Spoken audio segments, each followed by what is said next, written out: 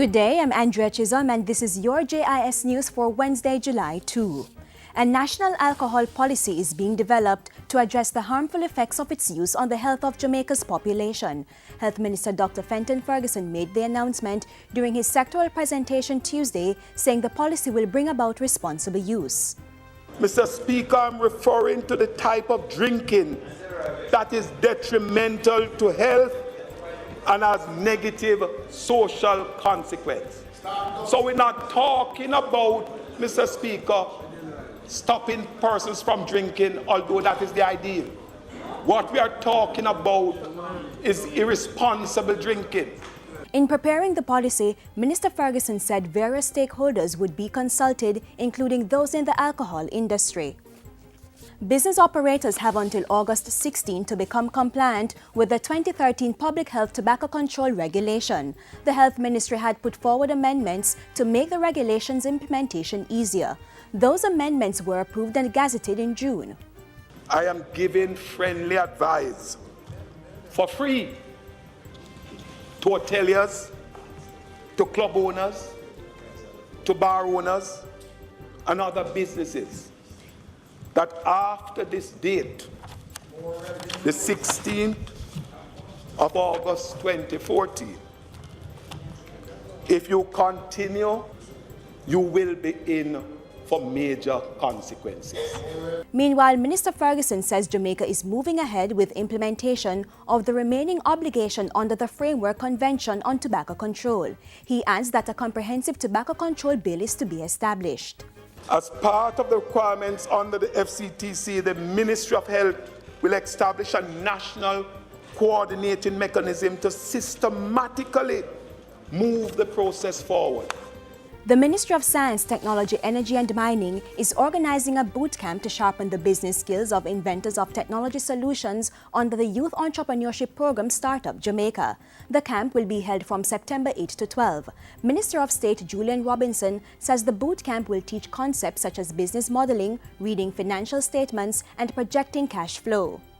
They'll be provided with assistance in establishing legal entities, because in exchange for the mentorship and support, they will have to give up an equity stake in their company. They'll be provided with guidance as to how to negotiate that equity stake. He adds that the bootcamp, which will cater to some 40 teams, will give participants a chance to pitch their ideas to established entrepreneurs.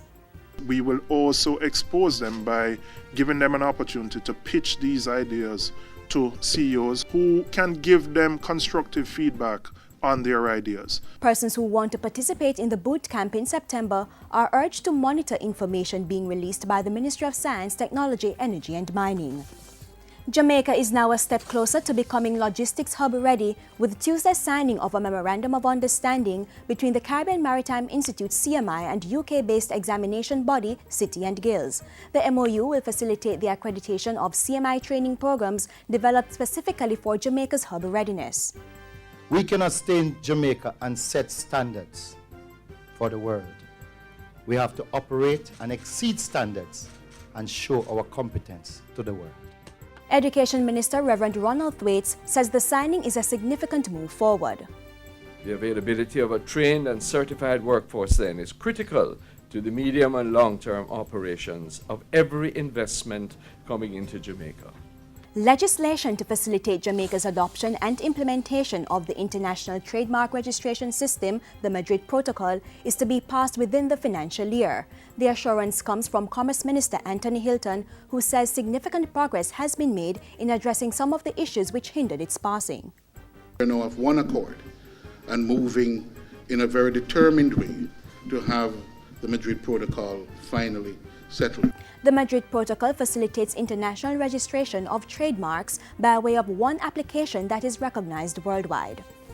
And finally, Chairman of the Caribbean Community Gaston Brown has called on member states to establish a commission to tackle youth unemployment. Brown, who is the Prime Minister of Antigua and Barbuda, hosts the 35th meeting of the Caricom Heads of Government Conference, recommended that if the commission is established, young people across the region should be consulted on how the matter is to be addressed.